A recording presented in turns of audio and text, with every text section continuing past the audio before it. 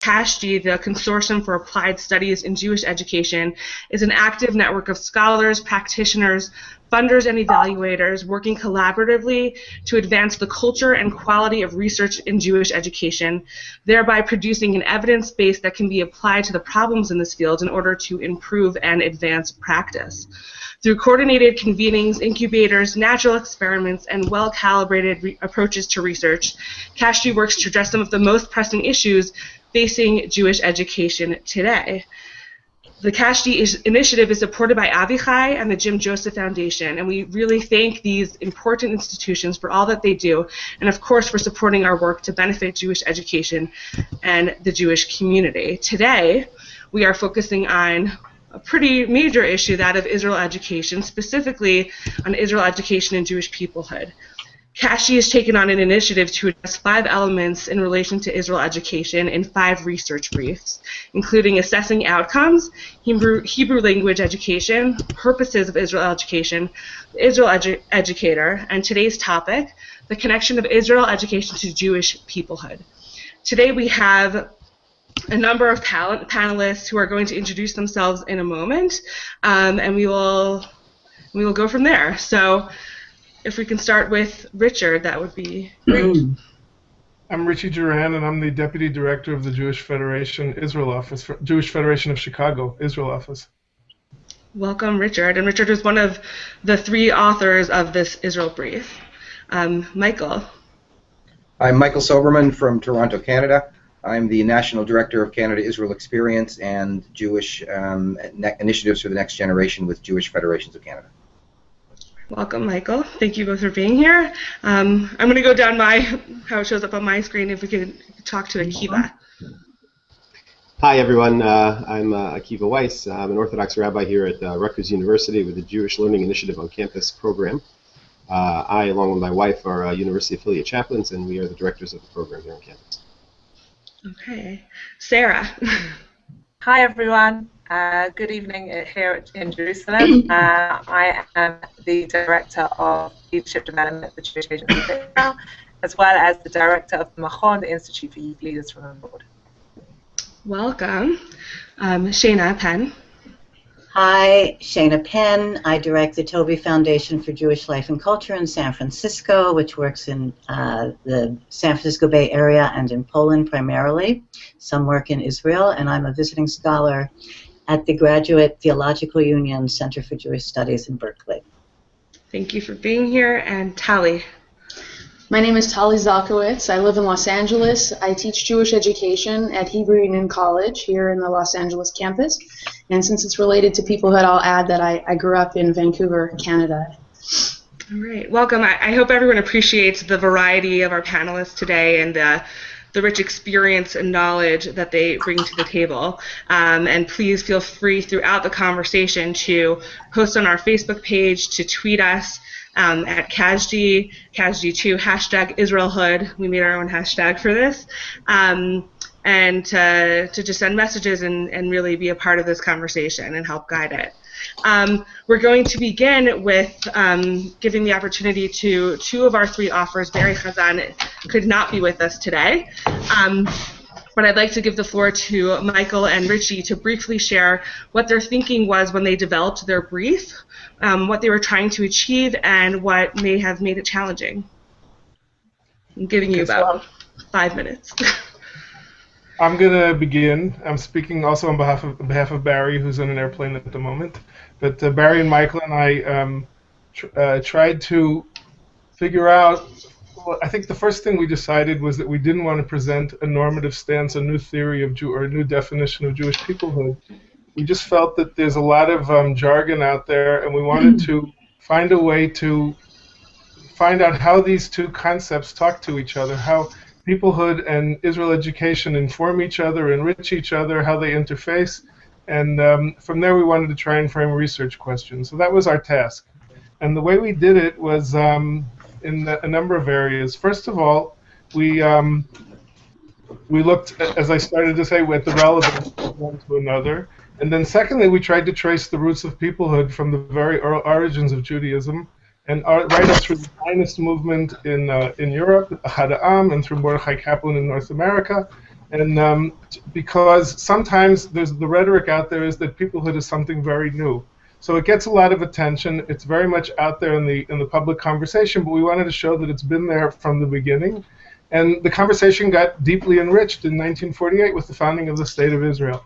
So we tried to look at the roots of peoplehood, how it traced itself through the whole Jewish story, and how this whole conversation went up a level with the founding of the State of Israel. And that was really a game-changing development.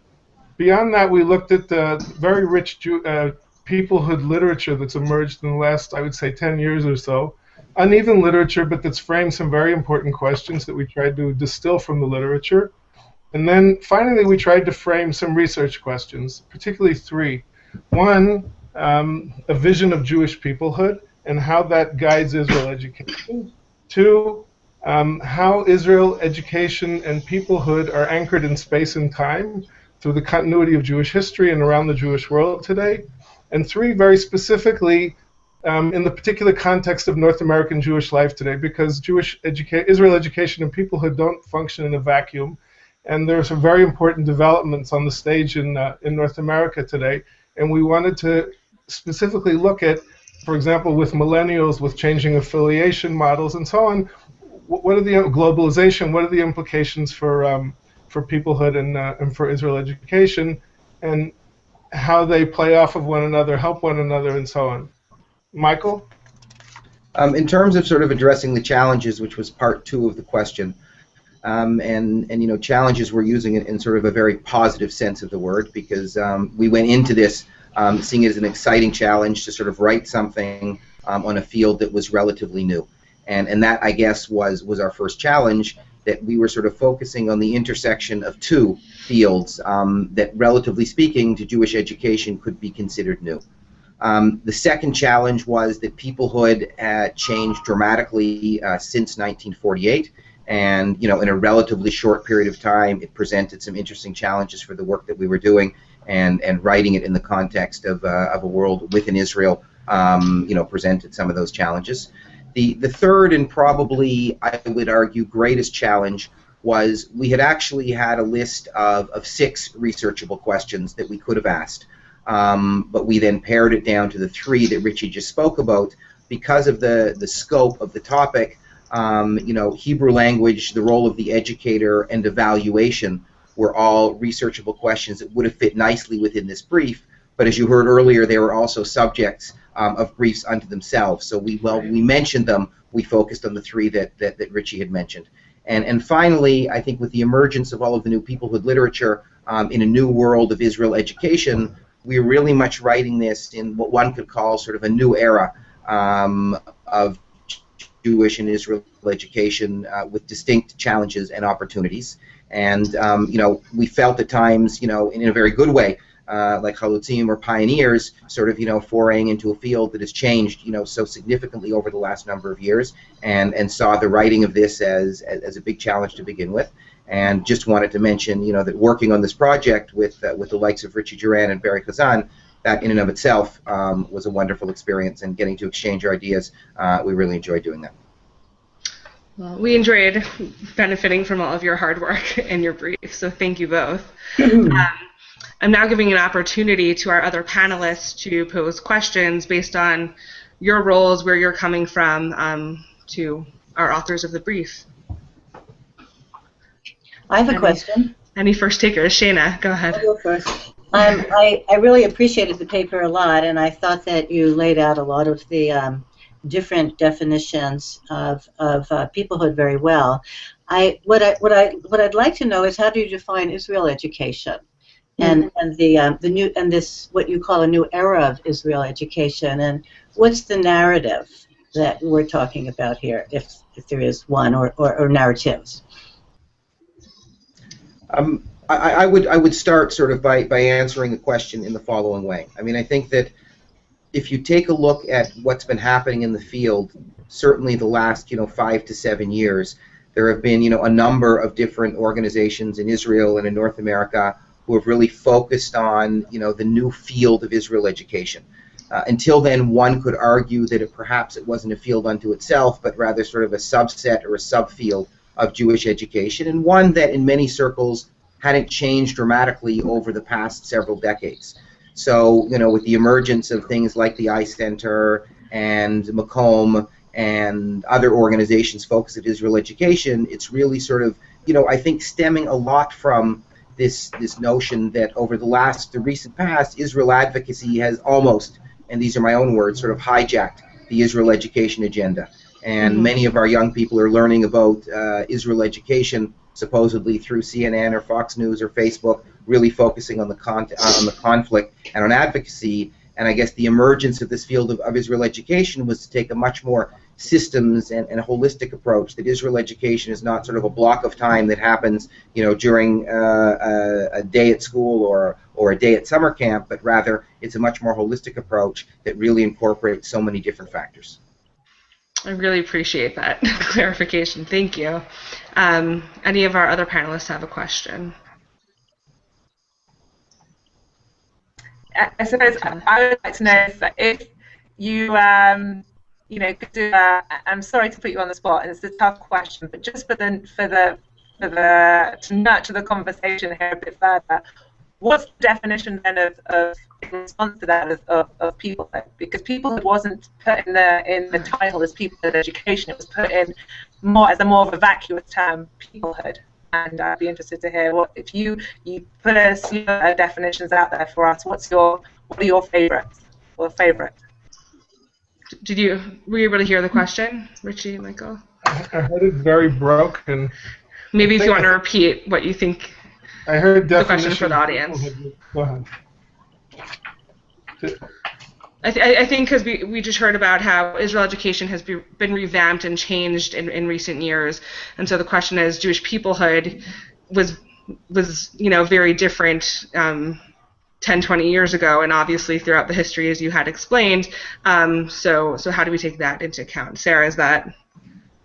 What's the definition? What would be your definition today of peoplehood? Okay. Of peoplehood. Yes. So I think that was the point that I tried to open with, is that we took an analytic approach rather than a normative approach. And we intentionally avoided trying to provide sort of a bottom line definition. We were more focused on trying to understand how other people were using it in the literature and in different contexts, and seeing what we could learn from that, because we really felt we were going to stifle the conversation if we gave a single definition. We didn't want to box either one of these into some kind of narrow, confining niche. So I don't think that was our task, and we didn't try to go there. I don't think it helps us to try and squeeze it into, you know, some kind of a monolithic definition. Fair answer. I don't know what else to say. We took a very different approach. We tried to be analytical rather than too. Okay. No, that makes sense. Tali, did you have a question?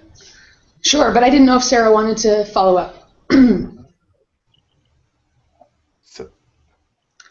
Well, maybe when she's unfrozen, she'll follow up. But for now, if you want to move forward. She's thinking deeply.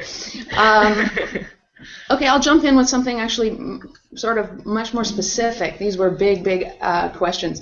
I'm wondering, towards the end of the document, you make a sort of tantalizing or really inviting invitation to use peoplehood as a lens or even a prism for bringing into resolution those areas of Jewish life across time and space that have been unifying. And I was wondering if perhaps paradoxically, given the idea of peoplehood, if peoplehood could also serve, do you think, productively to name divisive components of Jewish life, and if that would be productive or valuable? In other words, not only to address harmonies, but also conflict. So it's a very interesting question, and I'm thinking as I listen to you that it may be a reflection of the three people who work together. It was our first time collaborating together, but I think that if in between the lines you can distill, I'm wondering if it's our disposition and our worldviews that happen to be in sync with one another. But I think that for all of us, peoplehood was a big tent kind of a metaphor. In other words, that one of the essential qualities of peoplehood is that for us was that it's very inclusive. So I don't really think that we encountered it as some kind of like a divisive factor. in the Jewish experience. But I'd be very curious to hear, what's behind the question, because maybe that would help us think more deeply.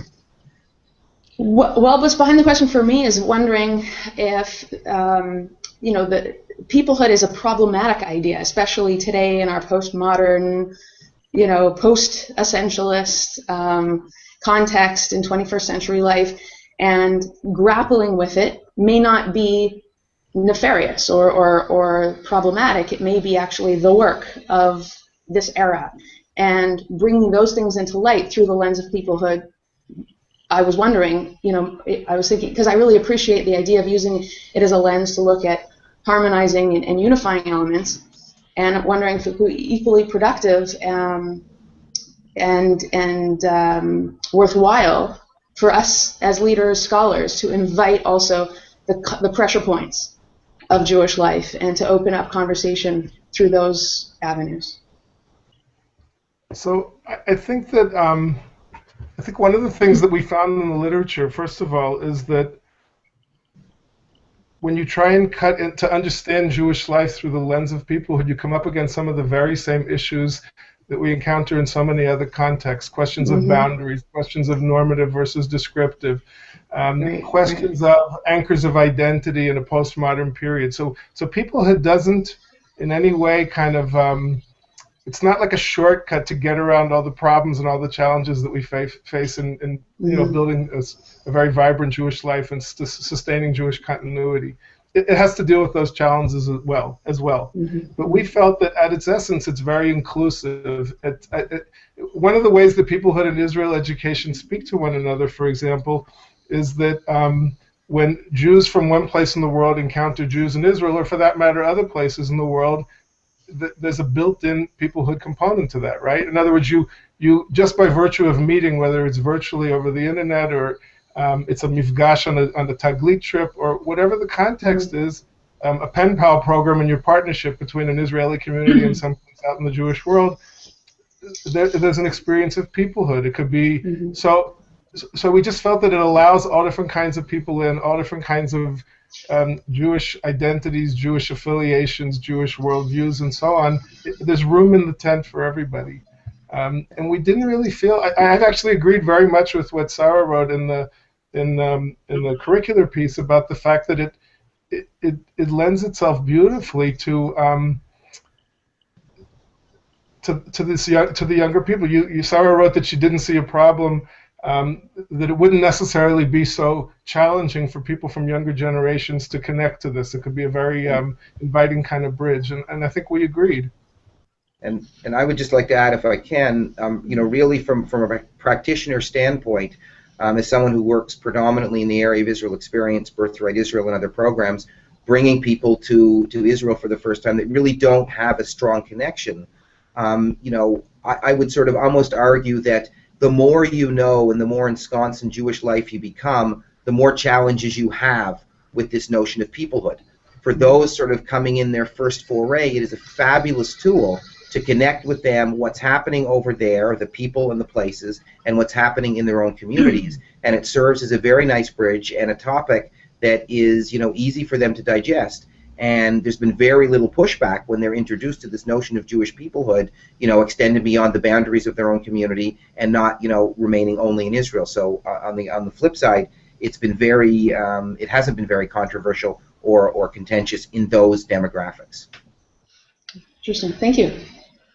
I'd like to mention that Sarah wrote an educational initiative in response to the research brief, and all of those for all of our research briefs are forthcoming, so stay tuned. But for now, I want to give Akiva a chance because everyone else had a question, but if not, we can move on. So Akiva. And I can't hear you, Akiva. You have to unmute.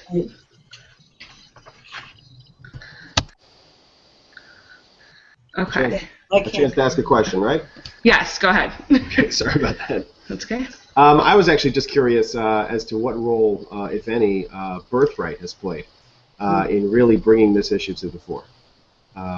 Because now, I know that there's recently there's a bit of a controversy with the recent J Street convention, that a Hillel director, I think, spoke out about issues, I think, about birthright. And people talk about birthright a lot when it comes to Jewish identity. So I was just wondering how, whether or not birthright plays a key factor in this, or awakening Jewish students or Jewish youth to this notion of peoplehood or identity. So, I mean, listen, in my experience, and I'll sort of preface it by saying my experience, my point of reference is mostly Canada. I've worked a bit in the States, but Canada sort of becomes the place where I've worked, and there are definite differences between the Canadian Jewish community and the American Jewish community. That perhaps could be the topic of a completely different panel.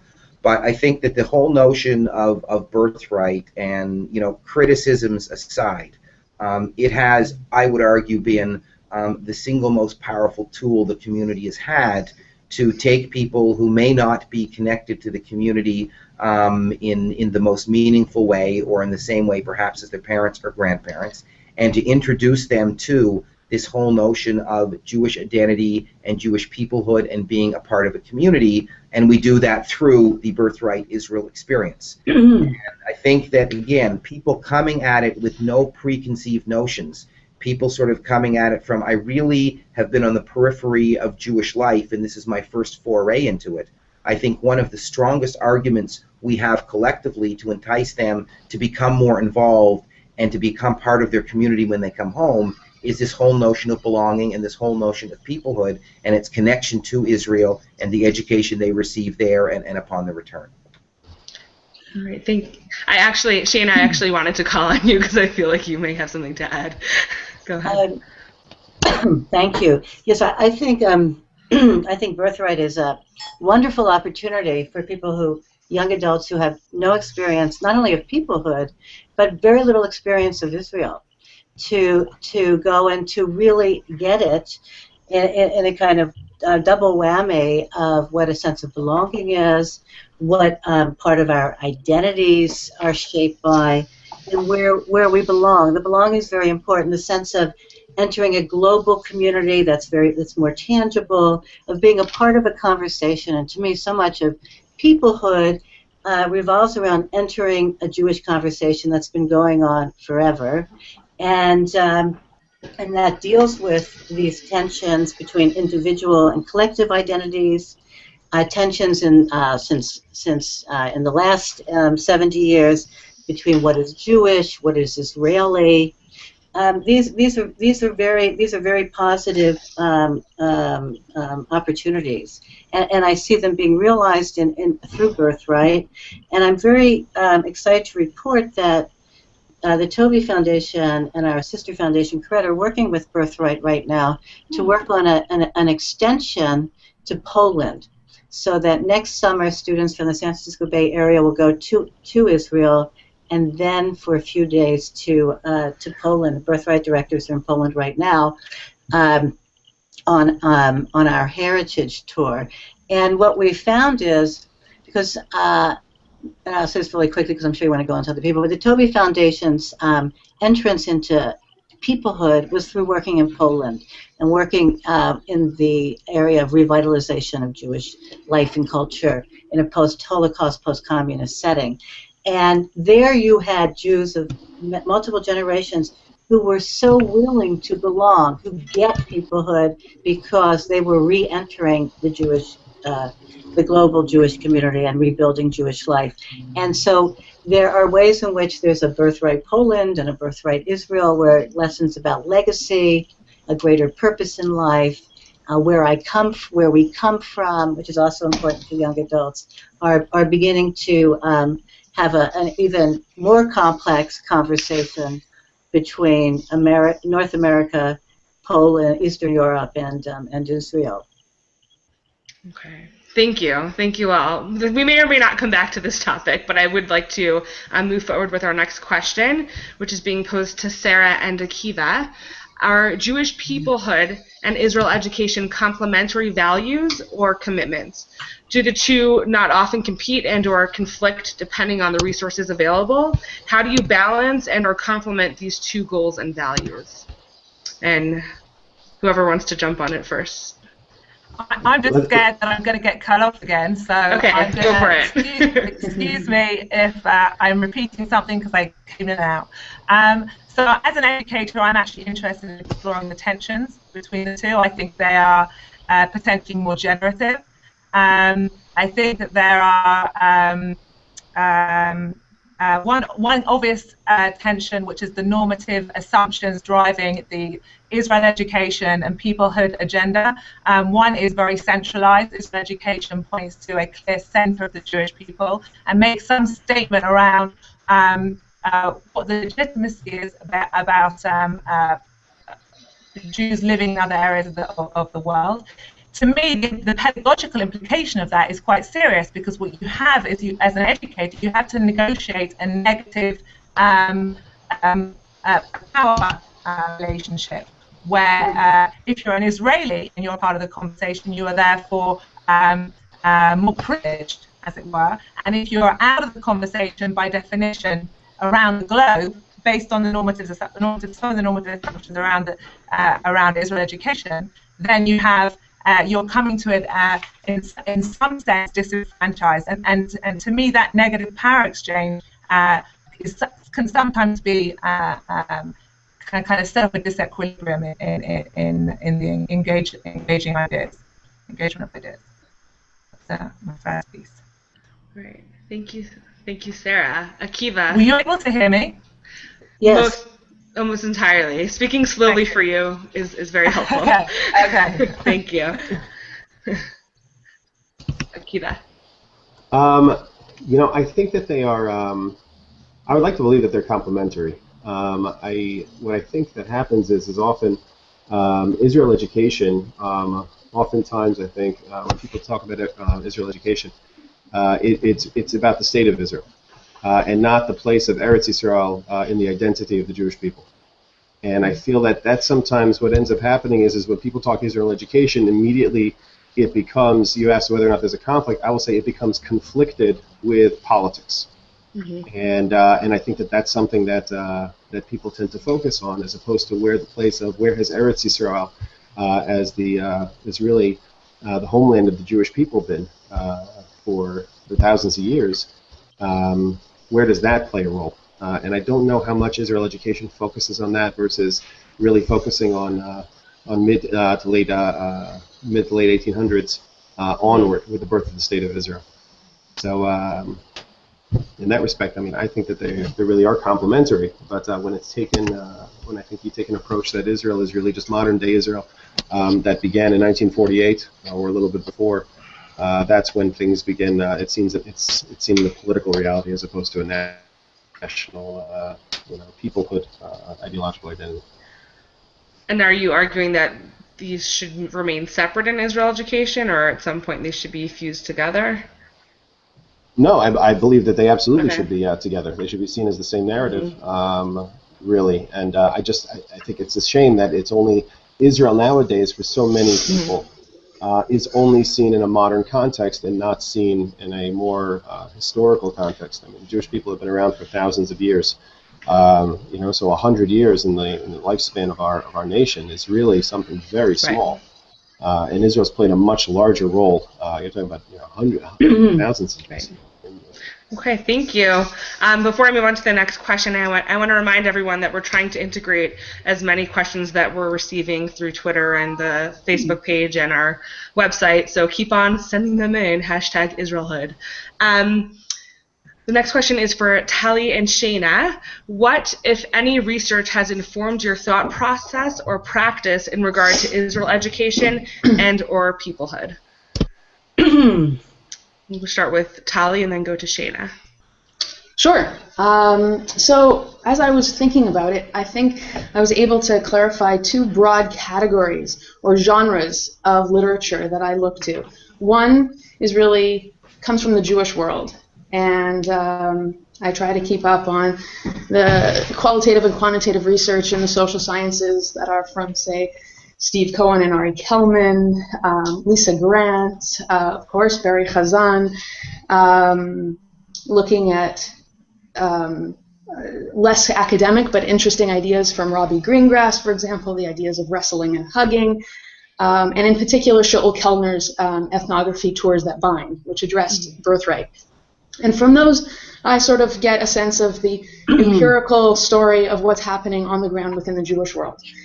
On the other hand, the other genre that I look to that I find very generative and provocative and challenging for me is research that has nothing to do with the Jewish world, at least consciously, and is about, say, negotiating biculturalism, which is a subfield of identity studies.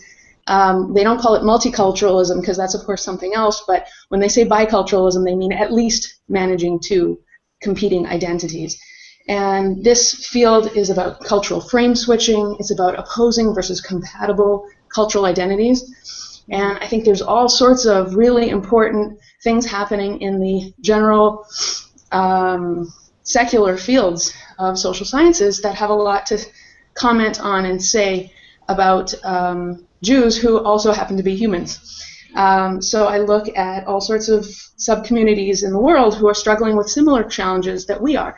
We're not the only ones who care about peoplehood. Just to list 3 or 4 very quickly to give you a concrete sense, there's Native Hawaiians, there's Native Americans on the mainland in the States and in Canada. Sikh youth in Britain have been studied, S-I-K-H, Sikh youth in Britain, in terms of self-determination and maintaining sense of group tradition and identity. And I'd say the last one I would add to that generic secular non-Jewish category of research is one of my sort of gurus in the field is Stuart Hall, who has written extensively about cultural identity and diaspora, specifically from an African-American point of view, but some of the things he's written you can substitute Jewish identity, and it's a great commentary on the work that we do. Excellent. Shana, feel free to... Okay, well, first of all, I apologize. I was actually expecting to respond to the question before based on the agenda that I received. But what I would Surprise! What I would say here is I also have been very influenced by the works that you cited, and but one of the things that is of interest to me is narratives, how narratives are made and how narratives are countered and reshaped and new narratives made. And I think that's very important to Israel education because the content of Israel education is important right now. We are no longer working off of the old Zionist myth narrative of making Aliyah and come and help build the Jewish state, which is which was definitely a very exciting prospect for my generation. But there are new narratives now that need to be developed, and I think that it's through Jewish peoplehood that I see Jewish peoplehood as being used strategically to help shape new narratives. And some of the people that I read include Barbara Kirshenblatt-Gimblatt, Destination Culture. I look at examples of how narratives are changing across Europe after the expansion of the EU and post-communist context. Okay, great. Thank you so much. This is a question for anyone who wants to answer. First come, first serve. In your field of work, how are you trying to cultivate or study Jewish peoplehood, and how is it a value in your work, or not? You have to be aggressive on this online hangout for that. I'll take an initial stab at that question, which we're looking at in leadership development around the, and you'll see in the response to my paper, around, to the original paper, around what could a Jewish people leader be? What could somebody be who negotiates between the local and the global?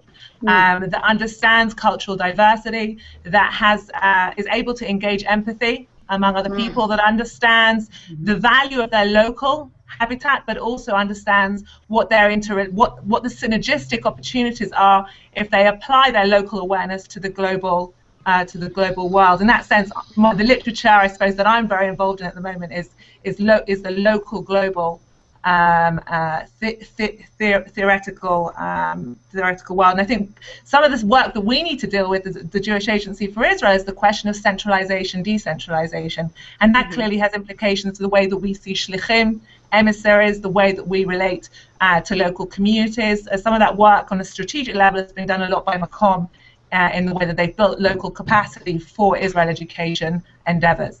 So I suppose that's the work at hand for us at the moment at the Jewish Agency. Very interesting.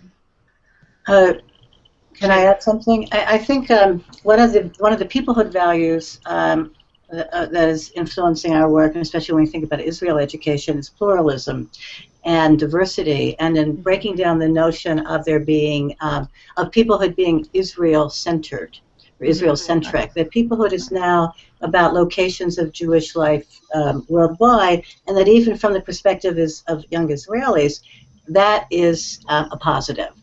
That Israelis can be a part of a global community, and there's a real cosmopolitanism to young Israelis, and there's also a kind of Israeliness that is changing, shifting right now as Israelis engage with other cultures outside of Israel. So the pluralism is important also in breaking down the notion of there being two pillars of Jewish life in the world, one in Israel and one in the U.S., that there are more than two pillars these days. Very interesting. Richie, go ahead. So may I respond to Shane and then also add a point about professional... Sure. So I just want to add, take something that Akiva said, that I agree very much that it's a global, I think from my many years with the Jewish Community Center movement, how we used Israel experiences to engage people in Jewish peoplehood in North American JCCs, professionals, lay leaders, members of all ages and kinds. And at the same time, the World Confederation of JCCs that connects Jews all around the world in many different communities, exactly along the lines you're speaking of. But there's another level that I would not want to lose sight of, and I think you're there also from the things you talked about that the foundation's involved in, and that is going back to what Akiva said, that in addition to that, there's a very special foundation in Israel that just it provides windows and access to what we called in our paper Jewish lineage, the whole layers of history, the continuity of history, the Eretz Yisrael part that goes along with the State of Israel part, and the public Jewishness of space, the Jewishness of public space in Israel, we'll call it that, the very vibrant Jewish culture in Israel. And so I think there's this, in addition to this global Jewish connectedness that Israelis indeed are able to partake of today, there are very special opportunities in Israel to connect people to Jewish peoplehood, and that's actually part of the richness of Israel education, I think, that is very distinctive. So we have both. We're very fortunate to have both. In terms of, I just also wanted to add that the Federation movement has expanded the paradigms of Jewish peoplehood engagement. Once upon a time, as we know, it was very, very oriented towards more affluent and comfortable Jews around the Jewish world, helping more needy people in Israel. And that still exists. But in addition, there are wonderful new paradigms added to the menu along the lines of what Shana was saying. It goes two ways. It's people-to-people connections. There's philanthropy in Israel. There's even a new foundation that's sort of like a federation in Israel, in Ramat HaSharon. So there's wonderful new developments in the Federation movement to expand the way that many different ways the Jews around the Jewish world can connect to Israel and Israelis can connect back to them. Okay. Can I just add a point on that? Yes. I was just remembered something about what you said about the Federation. I remember my wife and I were looking. The Federation offered once a trip to Morocco to talk about what Jewish life was like in Morocco. And for us, we were debating who would get to go on that trip, myself or my wife. Neither of us ended up getting a chance to go. But just to talk about Jewish peoplehood as not just limited just to Eretz Yisrael and also to America, but throughout Jewish history where we've been. Hearing about a birthright Poland trip is sounds really remarkable. My initial reaction is what is the focus of a trip like that? Is that going to focus on, let's say, Holocaust? What the Holocaust did, or is it going to focus on what Jewish life was like in Poland? And are we going to have, for instance, could we see, I don't know, the advent of a trip, let's say a birthright Iraq, about what was the Babylonian experience of Jewish history like? There's so many places that Jews have been in Jewish history, just to expose more and more Jews to this real historical narrative of the Jewish people, and I think that would really strengthen their sense of peoplehood. Yeah, can I just address one thing there, Akiva, which is that what's great is everyone's going to, the birthright participants will go to Israel first. The beauty of the land and of meeting so many Jews, and to be a part of a very diverse Jewish state, but also a diverse multicultural country. A new, how a modern day Jewish society builds itself is the question there. In Poland, this is where most American Jews come from. 85% of North American Jewry comes from Poland, and so it's not. So what's great is there's the where do I come from in the greater sense of my ties to ancient Jewish history in Israel, and to what is there today, and the continuities and discontinuities in history. But also in Poland, there's a more intimate personal experience of where's my family come from, and I think that's, and then how do Poland and Israel relate today? Because there's a very strong synergy there. So that's something that makes it. I think it's a great place to go and debrief about Israel too, and one where also sees Poland as a breeding ground for Zionism. Here's where we know where all the urban Zionist, all the urban kibbutzim used to be, and the rural kibbutzim. So there's a lot to be learned from such an experience, cross-fertilization. That's Israel education too. It's very interesting. As most of you are probably aware, March of the Living has the opposite approach in terms of timing. So I'm curious. We need to move on. So right, here we go. That's a birth narrative. Right. I have this question is being posed to Shana and Sarah, but if someone else had prepared an answer, please speak up. In what ways can Israel education promote or negatively affect Jewish peoplehood? And this time we'll start with Shana, and we'll go to Sarah. I think only in saying that Israel is the center of all Jewish life, and I think that Israel reminds us of Yisrael Chai, that we are here, Jewish life we are alive. Jewish life is here today, and we are part of it. But it's not only Israel in terms of a birthright for us. So that's how I think it's that's the one problem I see. Sarah, I want to echo Shana's comment. I think what's profound about the peoplehood conversation is that it's civilizational in a very deep sense, that it is all-encompassing. I mean, Arthur Cohen, when he talks about redemption, talks about an aura concept.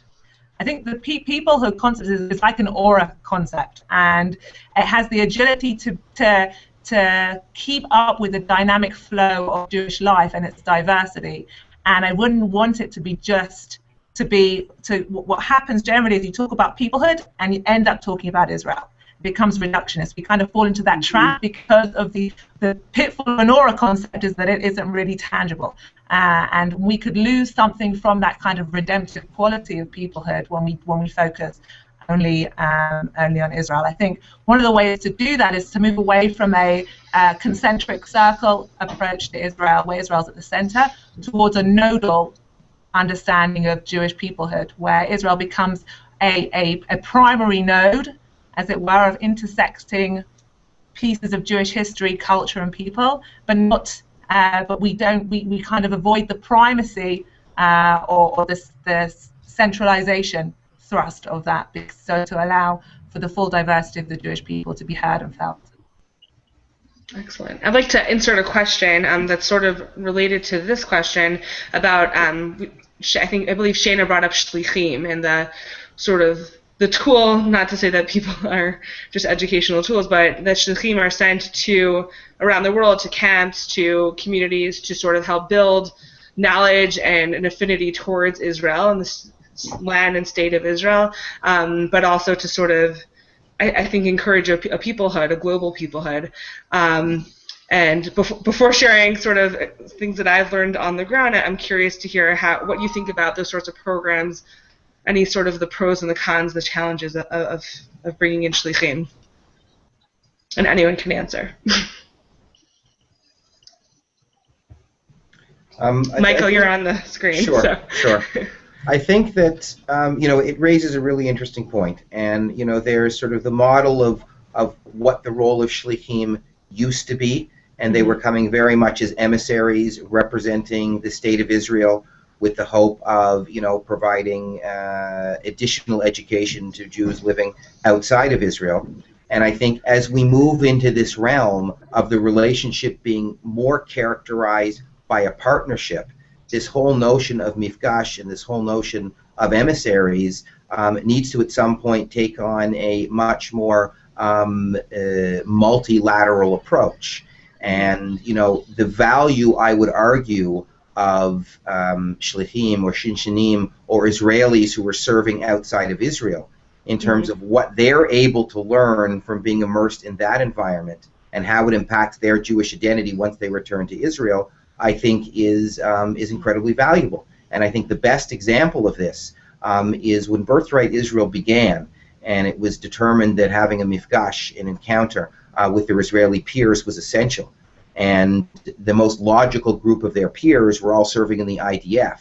And in the initial years when the IDF was approached and asked if their soldiers could participate, Birthright was laughed out of the room. I mean, these are serious soldiers doing serious business, and they don't have time to spend 5 days touring around Israel with a bunch of spoiled North Americans. And after time, we've gotten to a place where more than 60,000 Israelis have participated in Birthright, but you have the top units in the army approaching Birthright proactively, saying, please take our soldiers, because what it does for them is of equal value to what it does for the North Americans. And I don't think anybody imagined this from the onset.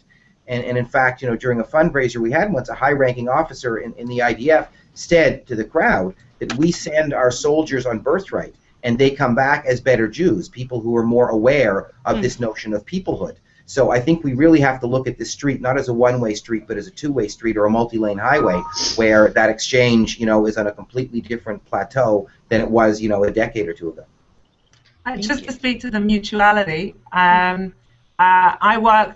doing some work with the UJ Federation of Greater Toronto, and the work we see with returning shlichim, shinshinim, young 18-year-olds pre-army shlichim, is that they come back with a greater understanding of Jewish peoplehood that we can lever for Israeli society.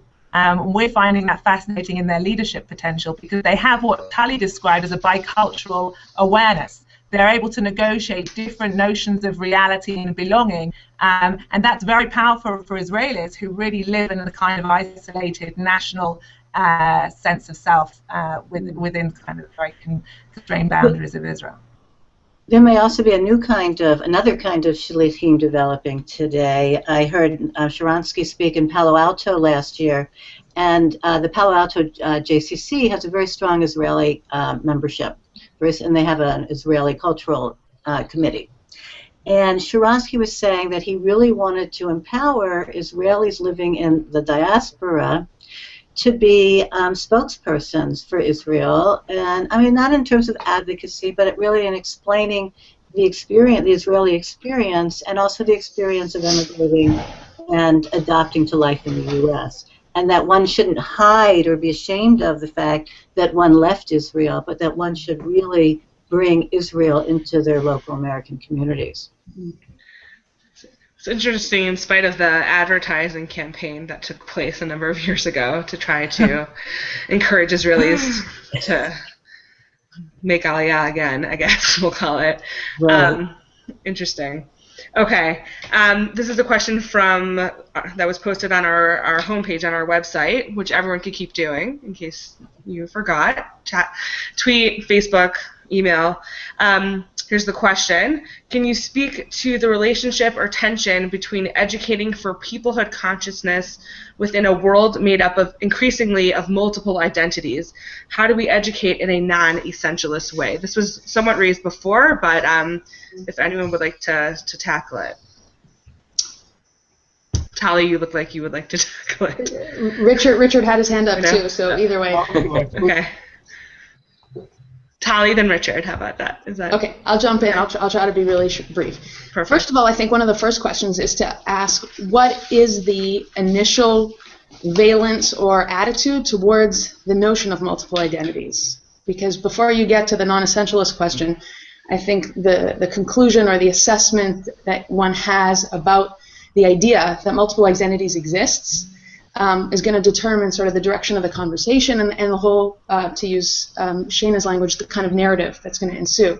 From my experience, there are some people who say, yep, we got multiple identities galore, and it's a problem. This is destructive. This is going to, compromise possibilities for Jewish continuity, blah, blah, blah, blah. And then there are those who say, look, multiple identities is neither good nor bad. It is. And not only is it not new, it's been around for ages. It's definitely not just a postmodern. We can look back to the Golden Age of Spain and many other historical periods where Jews have managed multiple and competing claims. I think what's new in this era, in this moment that we're having this conversation, is the whole idea that there isn't a totem pole of prestige or status. In other words, the non-essentialist impulse comes from the direction of saying, hey, none of these identities is necessarily better or worse than the other. We want to kind of have people navigate them all and come in and out. And I've heard people use the metaphor of permeable boundaries. How I educate in a non-essentialist way, or at least try to put it on the radar screen for my grad students, is I say there are two equal pillars of your professional work. I teach rabbinic students and education students. And I said, on the one hand, you're going to have to be cultural authorities and set boundaries, because as transmitters of Jewish life, that's an important role. At the same time, you're going to have to become experts in cultural fluidity navigation. And what's interesting is when I teach executive masters, people who have been in the field 5 years or more and are a little bit older, they get the cultural authority piece, and they feel like they've navigated that and have a sense of wisdom about that. And the fluidity piece is a little bit foreign and uncomfortable to them. Whereas my grad students, who are coming straight out of undergraduate programs and things, they love the flexibility, they're all over it, they understand the moving in and out of places, and the authority is really uncomfortable.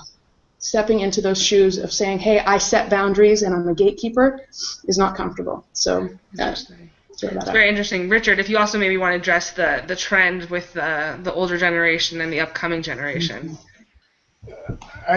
First of all, I think that it's not an entirely new phenomenon in Jewish life. I mean, even in the earlier modern period, radical universalism was an ideology that competed against Buddhism and Zionism and diaspora nationalism and so on. So we've been in a different sort of incarnation. We've been in this situation before. It's a little looser now.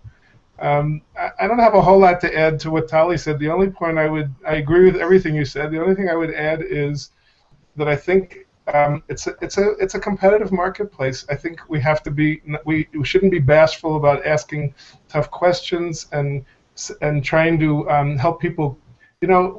We shouldn't make it easy. So if there are shortcuts that people are taking, allowing themselves, I think it's okay for us as educators and as community leaders to ask some of the tough questions and show some of the contrasts that are embedded in choices people make. But most of all, I think we have to be excellent and compelling.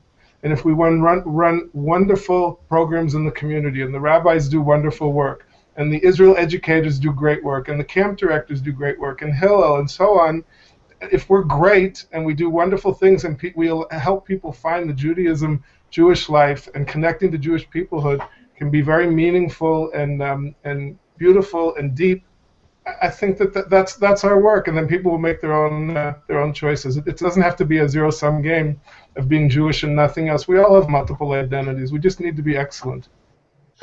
All right, I'm going to pose this possibly final question to Akiva and Tali, and I'm going to ask you to be really brief if possible. In terms of immersive Israel educational experiences, what sort of impact is intentionally or just naturally occurring in regard to peoplehood? You want to say that again? In terms of immersive Israel educational experiences, such as Birthright, what sort of impact is intentionally or naturally occurring in regard to peoplehood? I'm asking, what maybe as someone who's led a Birthright trip or is aware of the Birthright trip, and Michael, you can also speak to this. That would be great. What is and isn't intentional? What's going on in regard to peoplehood? So I can answer briefly at first. I think what I'm discovering is there's a natural inclination for students who return from such trips or immersive experiences to want to learn more. Mm-hmm. They want to learn more about their Jewish identity. They want to learn more about Jewish history, perhaps, and specifically, many of them are turning to learn. They want to learn Torah, and that's an interesting phenomenon. I just see it naturally happening that they return and they want to know more. They want to go study more. Mm-hmm. Specifically Jewish topics and Jewish sources. That's what I'm seeing. Great. So the number one thing that's jumped out at me when I think about this question is, first of all, maybe we should think about America versus the rest of the world's Jews in terms of impact, because I think that the American template for identity and belonging is different than, for sure, the Commonwealth and European Jews.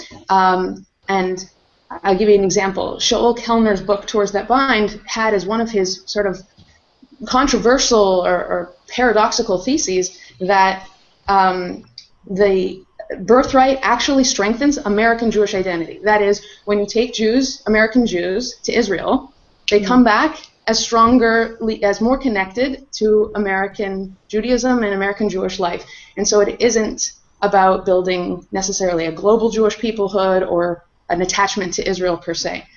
So if that's the peoplehood goal, then that's successful. We're building American Jewish connections. Mm-hmm. But the question that I'm left with is, well, what happens to these larger Klal Yisrael type roles, even in long-term trips that are longer than 6 months or a year? We know that the beginnings of research is coming back to say it's not. There's no consensus. It's not that the more. In other words, more time you spend in Israel, the more attachment you have. So it's not clear if and how those connections are happening. Michael, can I give you 30 seconds if you want it? Absolutely. Speaking on behalf of the entire Commonwealth, it's amazing. Americans refer to us as the Commonwealth, and the Commonwealth refers to us as the 51st state. So talk about an identity crisis. We need our own peoplehood. But I would just say this. I would say that there is facets of the program that are both intentional and unintentional. I mean, Birthright has a very clear set of educational principles and a set of themes that they want to expose everybody to. But because the first of those educational principles is that the program is very much learner-centered, how the learner sort of, takes in what they see and what it translates to when they get back differs wildly. So, at the end of the day, if there was one goal that we were, focusing on, it's for them to understand the value of community and for them to want to be a part of a community in some small way more than before that they left. And that could manifest itself in any one of a number of ways. So that peoplehood agenda is very prominent because it is so broad and often so open to people saying, yes, I want to be a part of this people. As I said earlier, I think it resonates very strongly and has become, one of the key tools that we have to get them into that next track, whether it's learning Torah or learning about Israel or arts and culture or Hebrew language, et cetera, and so forth. Great, thank you so much.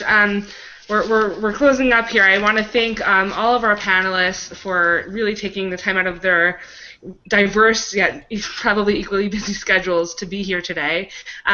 This online panel, while we had many people participating live, we thank you for watching, and we also want you to know that it will be available for years to come on the CASJE website, CASJE.com. I'm going to ask our panelists to share one last sentence, an actual sentence, and just to thank them again: Michael Soberman, Richard Duran, Sarah Marley, Shana Penn, Tali Zalkowitz, and Akiva Weiss. Thank you so much for being here. And if we just want to go down in the line and share final thoughts, final words in a sentence. Michael. this has been really fun, and I think it's the beginning of an ongoing conversation, one that I would like very much to have face-to-face with each and every one of you, perhaps even at the same time. Akiva. I second Michael's comments. I agree. Thank you very much. This is a great opportunity to participate in such a panel, and a great discussion, and a very important discussion, I think, especially what's going on, what I see anyways, on campuses and in the minds of young adults, nowadays, young Jews. Great. Richard. I just feel very enriched, so I want to thank everybody. Very, very bright and insightful bunch, and I feel that we've just begun. Sarah. I'll just throw out a notion that we're working on, which is the notion of glocal, which is the mixture between globalization and global and local belonging. And I'm interested in exploring that further, and that's what we're going to be looking at in the future. So you're all invited to be a part of that. Thank you. Shana. Local sounds better than global. I'm in. One last comment, and it's related to what Akiva and Michael's last remarks, that what works along with tourism, technology, and encounters, I don't want us to forget literature and film and storytelling and knowing the stories of the movers and shakers at different times in our history, because all of that is so important to awakening a sense of purpose and a sense of belonging, and that's the internal experience. Tourism, technology, and encounters are very external and experiential, but that's the internal, and we can't forget it. And Tali. I would add to the word fun, inspiring. I was very stimulated by the conversation and hope to meet all of you face-to-face one day, and I leave this conversation lingering with a lingering question about the role of peoplehood as glue that could hold Jews together and become this access point and sort of democratic gateway for talking about a lot of things that are sometimes quite divisive. So thank you all. Nice. Well, thank you. I'm leaving today wanting more, and that's always a good sign, and I'm sure many other people feel that way. Please use our website and our Facebook and our Twitter to engage in these conversations in the future. And again, a thank you to the Avichai Foundation and the Jim Joseph Foundation for all that they do to support these really important conversations and interactions. Thank you so much. Thank you. Have a great day.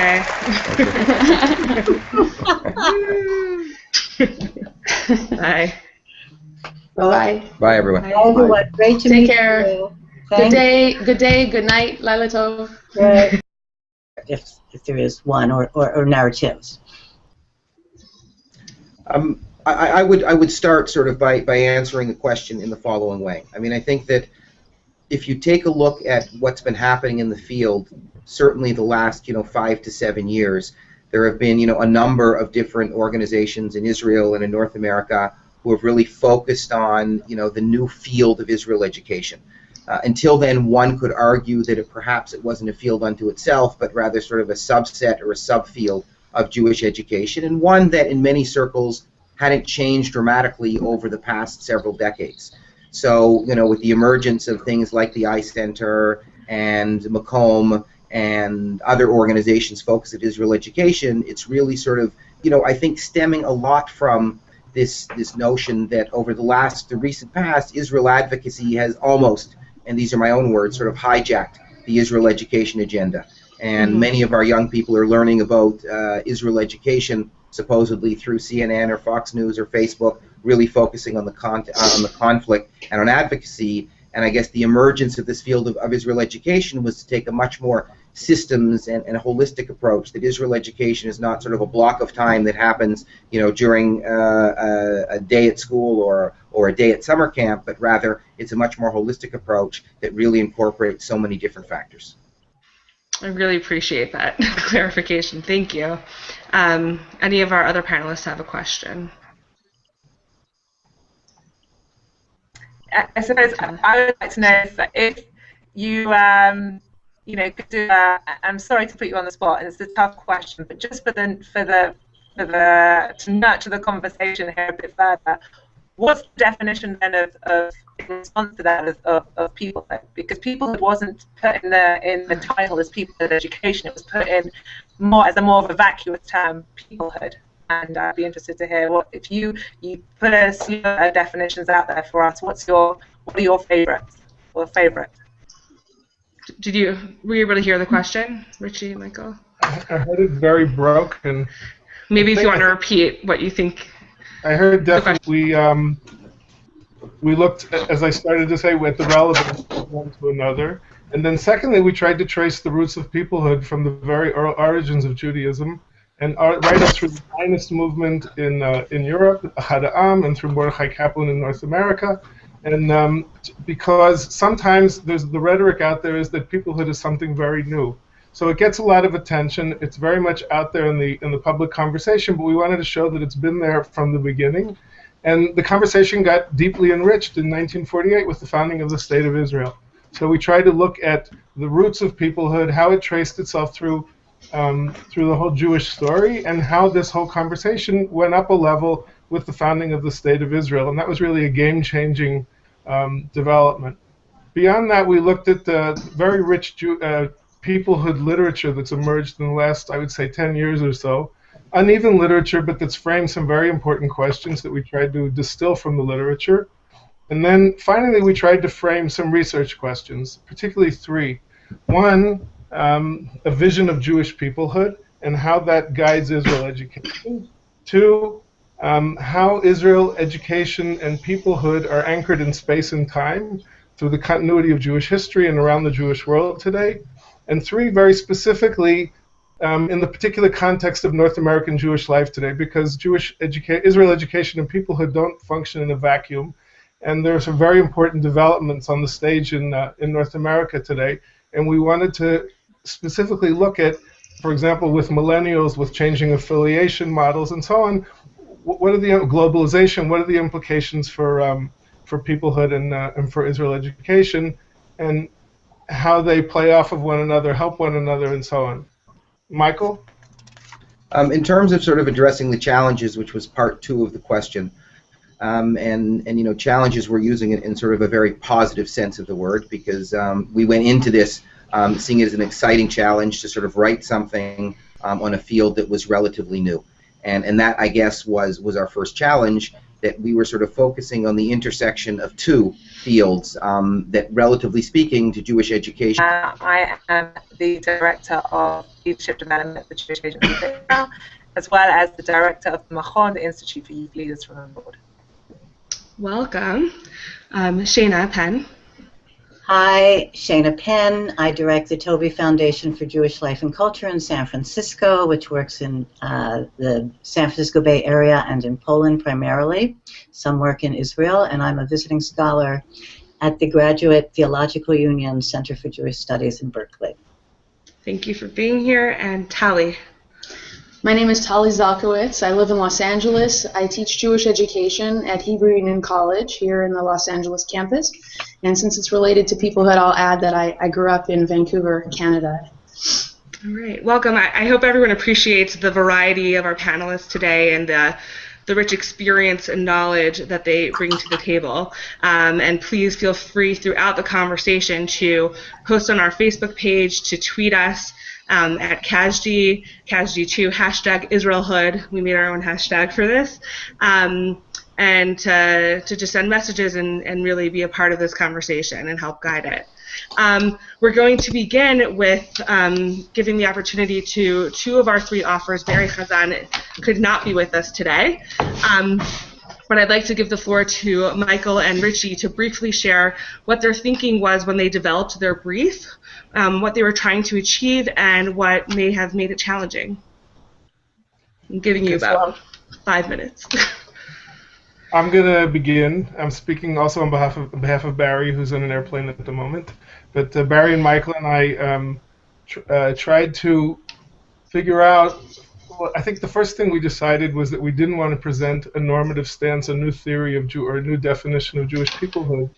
We just felt that there's a lot of jargon out there, and we wanted to find a way to find out how these two concepts talk to each other, how peoplehood and Israel education inform each other, enrich each other, how they interface, and from there we wanted to try and frame research questions. So that was our task. And the way we did it was in a number of areas. First of all, CASJE, the Consortium for Applied Studies in Jewish Education, is an active network of scholars, practitioners, funders, and evaluators working collaboratively to advance the culture and quality of research in Jewish education, thereby producing an evidence base that can be applied to the problems in this field in order to improve and advance practice. Through coordinated convenings, incubators, natural experiments, and well-calibrated approaches to research, CASJE works to address some of the most pressing issues facing Jewish education today. The CASJE initiative is supported by Avichai and the Jim Joseph Foundation, and we really thank these important institutions for all that they do, and of course for supporting our work to benefit Jewish education and the Jewish community. Today, we are focusing on a pretty major issue, that of Israel education, specifically on Israel education and Jewish peoplehood. CASJE has taken on an initiative to address 5 elements in relation to Israel education in 5 research briefs, including assessing outcomes, Hebrew language education, purposes of Israel education, the Israel educator, and today's topic, the connection of Israel education to Jewish peoplehood. Today we have a number of panelists who are going to introduce themselves in a moment, and we will go from there. So, if we can start with Richard, that would be great. I'm Richie Duran, and I'm the Deputy Director of the Jewish Federation Israel Office, Jewish Federation of Chicago, Israel Office. Welcome, Richard. And Richard is one of the 3 authors of this Israel brief. Michael. I'm Michael Soberman from Toronto, Canada. I'm the National Director of Canada-Israel Experience and Jewish Initiatives for the Next Generation with Jewish Federations of Canada. Welcome, Michael. Thank you both for being here. I'm going to go down how it shows up on my screen, if we could talk to Akiva. Hi, everyone. I'm Akiva Weiss. I'm an Orthodox rabbi here at Rutgers University with the Jewish Learning Initiative on Campus program. I, along with my wife, are university affiliate chaplains, and we are the directors of the program here on campus. Okay. Sarah. Hi, everyone. Good evening here in Jerusalem. Could be considered new. The second challenge was that peoplehood changed dramatically since 1948, and in a relatively short period of time, it presented some interesting challenges for the work that we were doing, and writing it in the context of a world within Israel, presented some of those challenges.